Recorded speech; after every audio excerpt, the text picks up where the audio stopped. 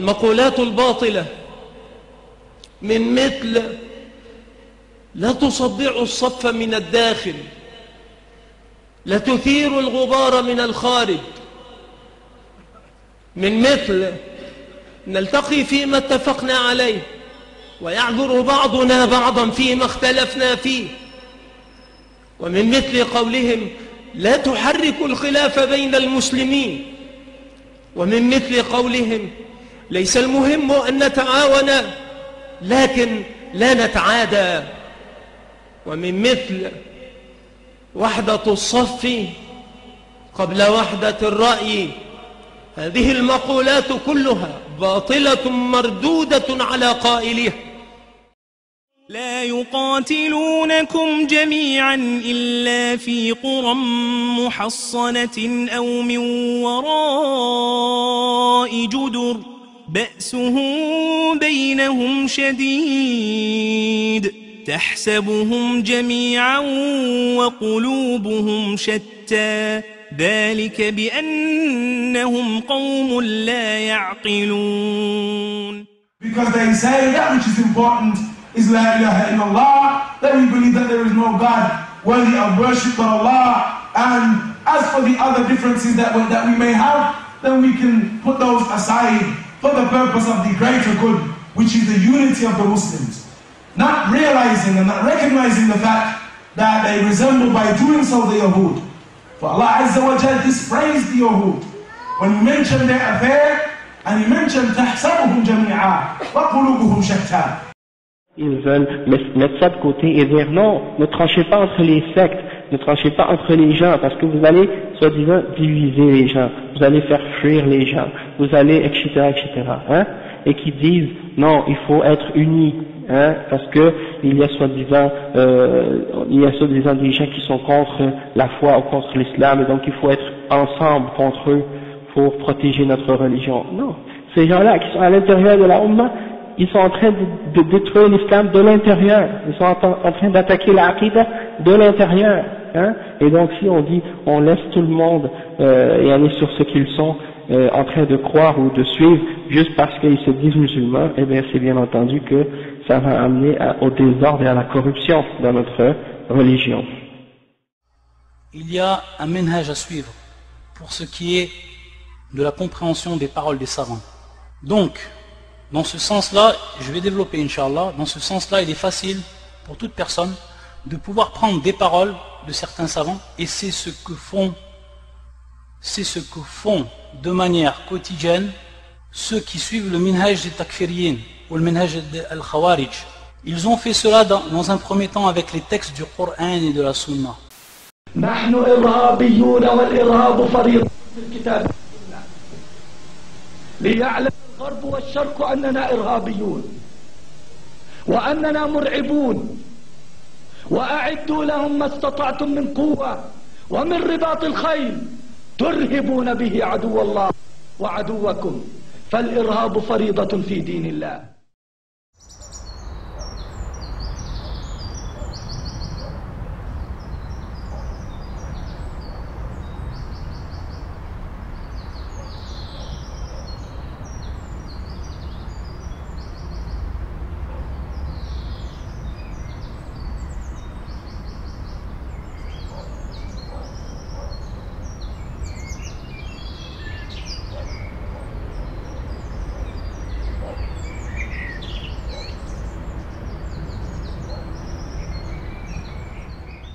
وإن جنحوا للسلم فاجنح لها وتوكل على الله إنه هو السميع العليم.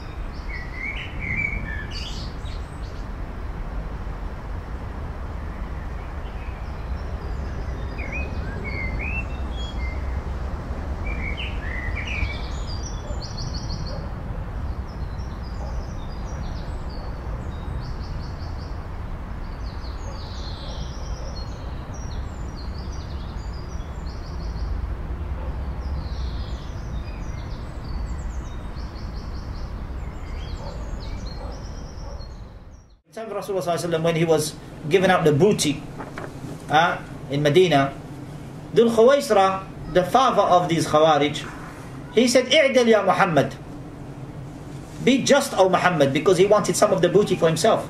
He wanted some of the dunya for himself. So he said, "I'dil ya Muhammad." The Rasulullah said, وَمَنْ يَعْدِلِ إِذَا لَمْ أَعْدِلْ, who's going to be just if I'm not just?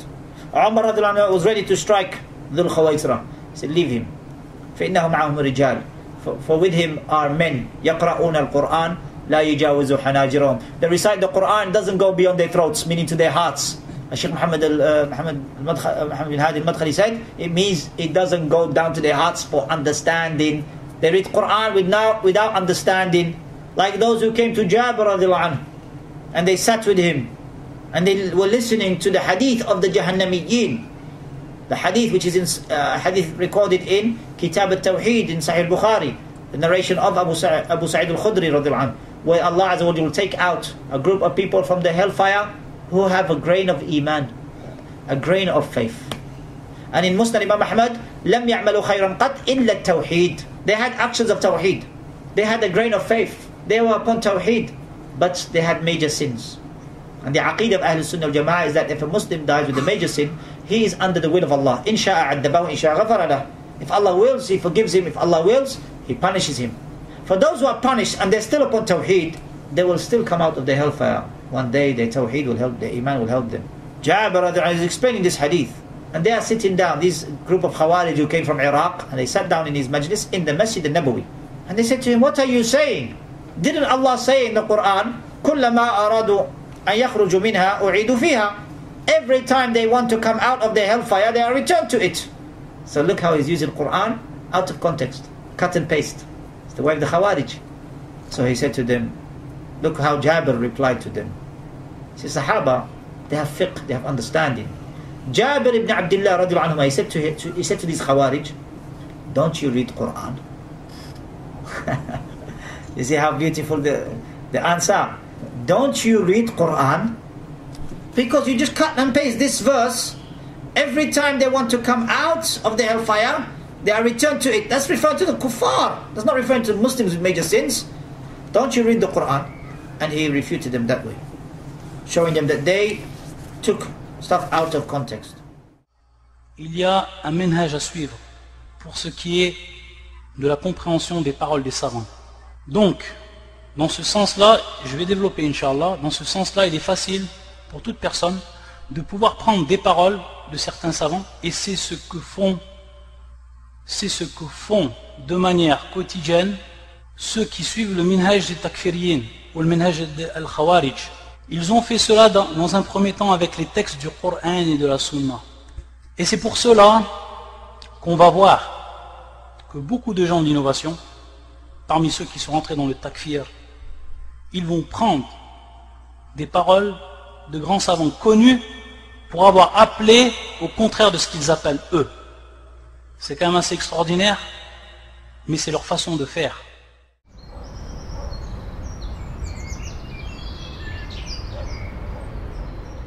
فإن قيل لو فعلوا ذلك بنا بأن قتلوا صبياننا ونساءنا فهل نقتلهم؟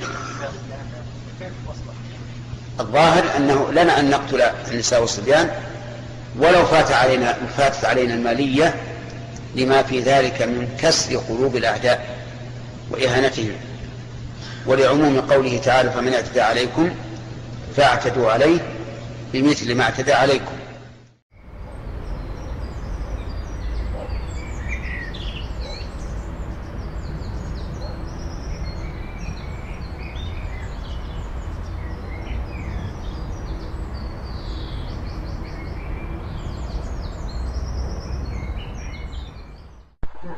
بارك الله فيك. ما تقولون في فتوى بعض المعاصرين أنه إذا وجب الجهاد فعلى الرجل أن يخرج ويجاهد بنفسه ولا عليه أن ينتظر حتى يكون إمام وجيش، وتدل في قوله تعالى: فقاتل في سبيل الله لا تكلف إلا نفسك، أي الواجب عليك أن تقاتل وحدك ولو لم يكن هناك أمير وجيش وخلافه.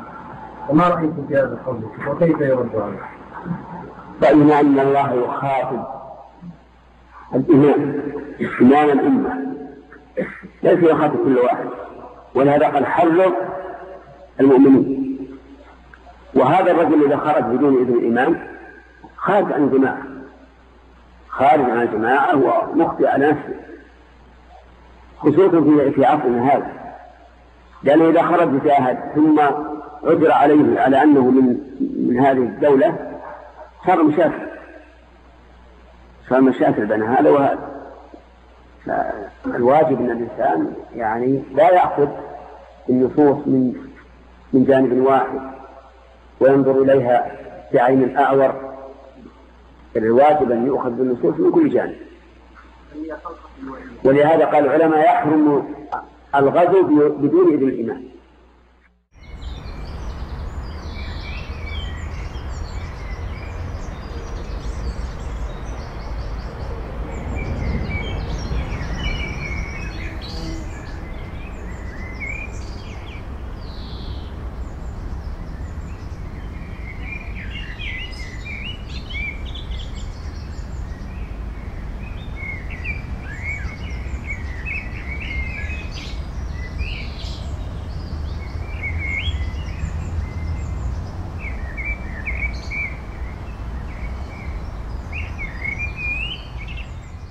Le vrai croyant, il ne place rien devant Allah, devant le livre d'Allah et devant la Sunna du prophète sallallahu alayhi wa sallam.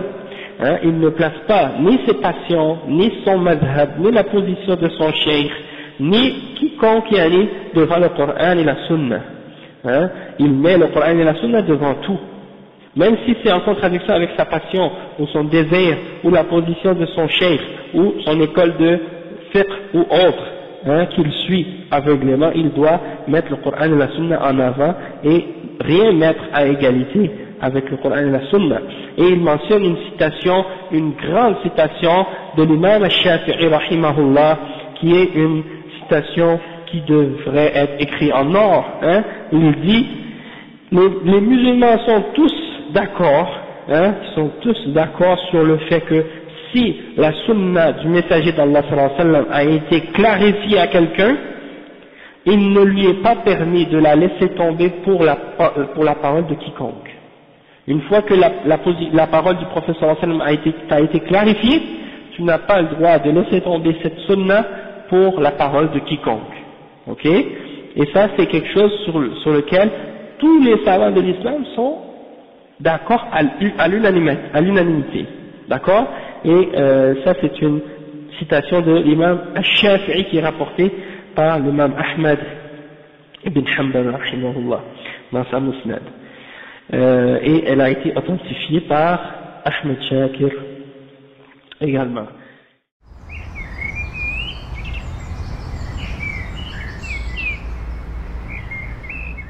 الآن الدين الإسلامي عند الكفار هل بلغ عامتهم على وجه غير مشوش؟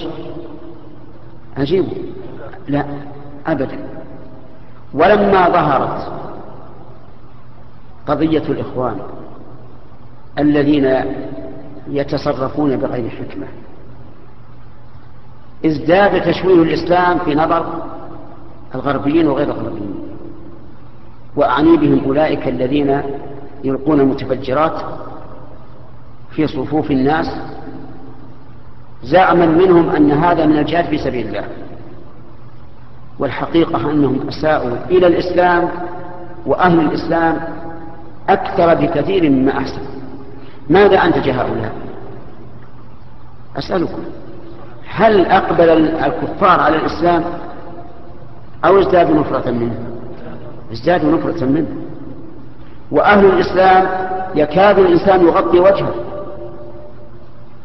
لئلا ينسب إلى هذه الطائفة المرجفة المروعة، والإسلام بريء منه. الإسلام بريء منه.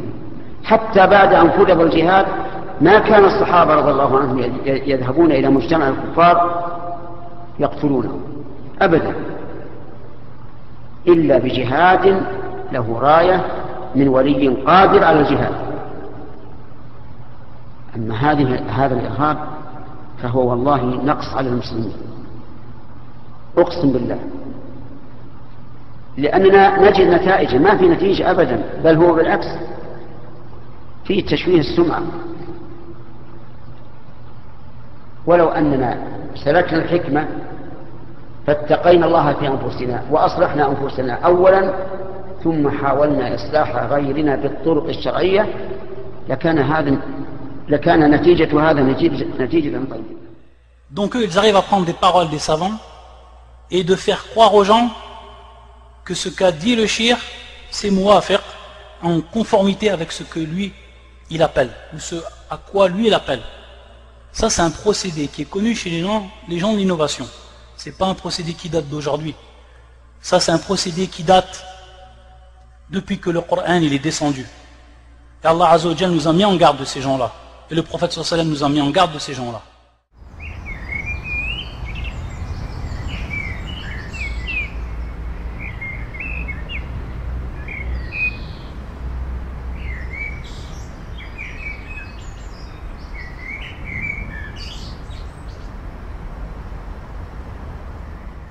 وصدرت للأسف فتاوى الدولة ودول الخليج ساهمت في الضغط على هؤلاء العلماء لإصدار مثل هذه الفتاوى التي زعموا لهم أنها مؤقتة، وقد حدثنا من نثق به من هؤلاء العلماء كمثال الشيخ محمد بن صالح العثيمين في مجلسه وفي بيته قال نحن لن نصدر فتوى، وإنما بعد أن أدخلت الدولة الأمريكا جمعونا وقالوا لا بد أن تصدروا فتوى. So, Shaykh ibn Uthaymeen, one of them, he gave this fatwa. He went out like a real munafiq and sat in front of the people and said this is halal when it's actually what? Haram. Ibn Uthaymeen, he does this. Second of all, how can you trust him after he does this? If he shows you that yes, I committed the greatest treason that I can commit as a scholar, I have forfeited my entrustment that Allah has given me of knowledge, and I have done this. Would you trust him after that? Would you trust him after that? But subhanallah, somehow Ibn Laden, he trusts him after that. وتحدثت معه طويلا في وجوب إصدار فتوى بإخراجه من هيئة كبار العلماء، فقال لي بوضوح يشهد الله الذي لا إله إلا هو، قال يا أسامة ليس من حقنا في هيئة كبار العلماء أن نصدر فتوى من عند أنفسنا، وإنما إذا حيلت إلينا من المقام السامي كما على حد تعبيره نحن نصدر فيها، فهذا حالنا للأسف الشديد. That's what Osama bin Laden and his types have to say about Shaykh ibn Uthaymeen and Hayat Kibar Ahl al-Ilm. I will say, do not believe this. The man contradicted himself in the same statement. Second of all, Shaykh ibn Uthaymeen lived in a mud house until he died, or almost till he died. What benefit does he have to be in Hayat Kibar Ahl al-Ilm? For what reason does he need to be part of this committee? If he didn't want to speak out against it, and he was put pressure on him, he would just say, khalas, you know what, I quit. I quit. I didn't want to say that. I refused to say that, and I quit. But la, Shaykh ibn Uthaymeen said, okay, no problem. And then he went out to the people and sat and gave fatwa upon fatwa upon fatwa upon fatwa to aid Iblis and to aid the Americans. That's what this man is saying. So that is their view of Ibn Uthaymeen. Very strange that Anwar al-Awlaqi will mention at the top of his credentials the name of Shaykh ibn Uthaymeen, yet he differs with Shaykh ibn Uthaymeen almost on everything in jihad that I've seen. Suicide bombings and so forth. Naam? And I have never heard him once ever quote a scholar from our present time. I have never once heard him quote a contemporary scholar. Never. If Shaykh ibn Uthaymeen is such a great scholar, great enough for you to use him as a stepping stone, to say, look, you know, Ibn Uthaymeen, I sat in his circle. Naam? And that's what you put at the top. But this is what Ibn Uthaymeen is accused of. And this accusation is falsehood. Batil. And I could tell you things about this man that would turn your hair white. But we're not going to get into that. Naam? Batil. Yani Shaykh ibn Uthaymeen, he works for the government. And the government works for America. So what do? America is the enemy of Allah. So the government works for the enemy of Allah. That makes them the enemy of Allah. And anybody who aids them is the enemy of Allah. And anyone who gets in our way is also the enemy of Allah. And we're on the haqq, blow everybody up. That's what he's trying to say. That's what he's trying to say. That's how these people propagate their ideologies. All throughout time. It's not new. Since the time of Ali ibn Abi Talib. Since the time of all of these people. And they will come with a beard and make a lot of salah and so on and so forth. Naam. Dhul Khuwaysira, he looked like a Muslim or a non-Muslim. Ali ibn Abi Talib said, or the narrator of hadith, Abu Sa'id al-Khudri in Sahih al-Bukhari, mentioned that Dhul Khuwaysira, who is the head and the founder of the Khawarij, the first bid'ah in Islam, he had a callus on his forehead from sujood. A callus so thick it was like the callus on the knee of a camel from sujood. But he is the first what? Mubtadi' in Islam. That's his title. The first Mubtadi' in Islam.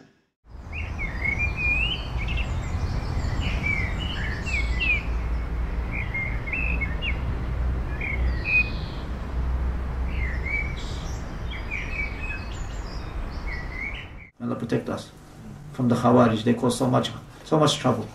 They cause more harm than good. You find them killing everyone and anyone indiscriminately. They say we are in Dar al-Harb. In this country they say Dar al-Harb, war. You wake up in the morning, your neighbor says good morning. What harb are you in? What war are you in? They call it Dar al-Harb. Dar al-Harb. So they steal from the people with their false credit cards. They're professional thieves. That's why we say to them, the Khawarij of the past, if they saw you, they would make takfir of you. Why? Because Khawarij of the past, they used to consider major sin takes you out of Islam. So stealing will take you out of Islam. Major sin. And that's why the Khawarij of the past, they would be scared to lie. The Khawarij of today, they are biggest liars. Abdullah Faisal, the Jamaican, he's a kadhab, a person who lies. He lies upon the narrations of the Salaf. He lies upon Ibn Taymiyyah. He lies upon Ibn Kathir. This man, he says, go to India. You got a British passport? Go to India, kill a Hindu, come back. Go to Israel, if you can go to Israel, kill as many Jews and come back. He went to court. In court he says, no, I wasn't inciting violence. I'm not guilty. They say, but you supported terrorism and terrorist acts. You called for the killing of other people, civilians. He goes, no, I don't incite terrorism. No, I was just talking, conveying, I'm not guilty of inciting, hatred or terrorism or murder of other individuals. Liar, kadhab. He is so extreme in his views that even the other Khawarij refute him. Abu Hamza refuted him. You know that? Abu Hamza is a Khariji. And this Abu Hamza, he holds that it is permissible to partake in terrorist activities against civilians. His own son was involved in one in Yemen. Imprisoned in Yemen, his stepson. Involved in what? In trying to blow up a hotel in Yemen. This is Abu Hamza. Then when he was arrested, the man is known for takfir and inciting the killing of civilians. Abu Hamza is known for that. When he got arrested, he said, no, I didn't do that. Kadhib. This is their way, ya ikhwan. Kadhabun, liars. Oh, takfiri, there's no scholars amongst you. That's why you're in turmoil. And this is why you find the ulama, they're the ones they attack. The takfiris.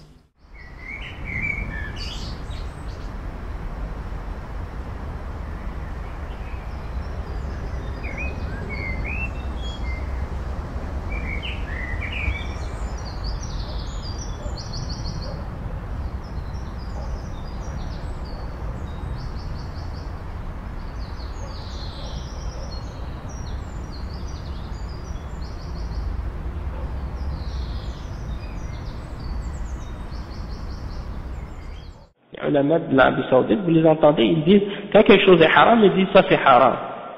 Sans nécessairement pointer ou indiquer le dirigeant lui-même en personne. Mais ils disent, le riba c'est haram, les banques avec riba c'est haram, hein, la cigarette c'est haram, peu importe. Même si le péché il existe dans le pays. Et eux ils clarifient pour les musulmans le verdict de l'islam à ce sujet-là. Maintenant c'est la responsabilité du dirigeant de l'enlever. Si lui il l'enlève pas, hein, eh ben c'est lui qui va être questionné au jugement dernier et jugé au jugement dernier pour ça. Et les ulama ils ont fait leur devoir, et les musulmans ils ont fait leur devoir de détester ça dans leur cœur. Et toi, tu as ta responsabilité, et eux, les dirigeants, ils ont leur responsabilité. Hein, et le prophète sallallahu alayhi wa sallam il a dit فَعَلَيْهِمْ مَا حُمِّلْ وَعَلَيْكُمْ مَا حُمِّلْتُمْ.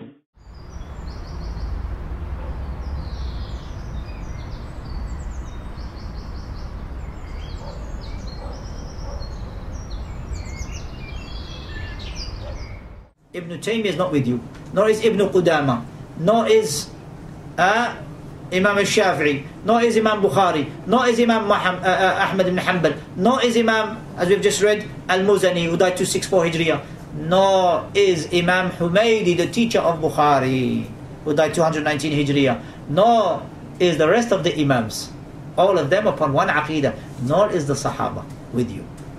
Anas bin Malik radiallahu anhu, when they complained to him about Hajjaj ibn Yusuf, he said, be patient. And Hajjaj ibn Yusuf killed Sahaba. And he said, be patient upon this evil ruler, be patient, he said. Isbir. For every year that comes is going to be worse than the former. So he told them, be patient. Sahaba were not amongst the Khawarij.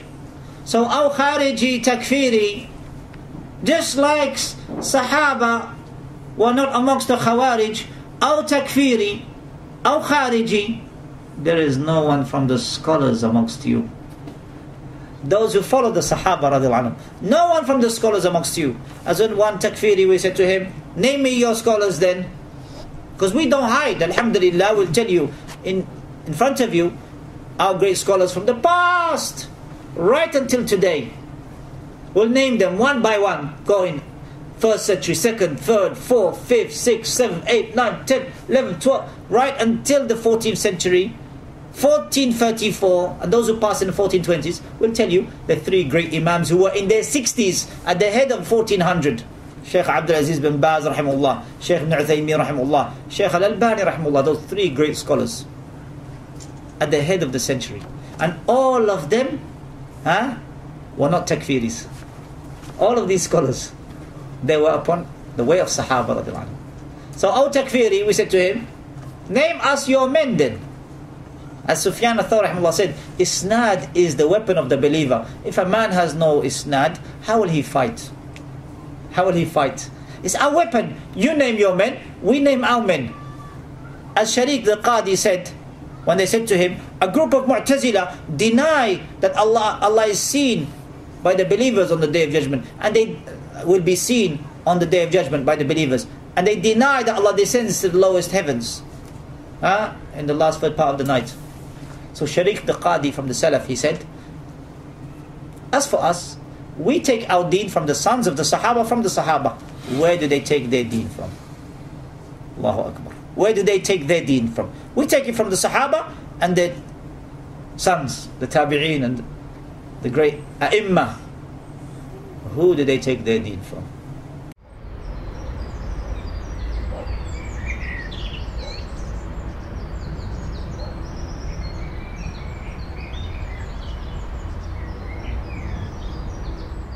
They follow, many of them, the books of Sayyid Qutb. Sayyid Qutb, look how when he described Uthman radiallahu anhu, he said the Khilafah was Abu Bakr and Umar and Ali. That was the Khilafah, he says. As for the time of Uthman, it was only a gap. Because the Khilafah that reached, or the leadership of Uthman, it reached him when he was an old man. And he didn't have the spirit of Al-Islam. Who is he speaking about? Uthman radiallahu anhu.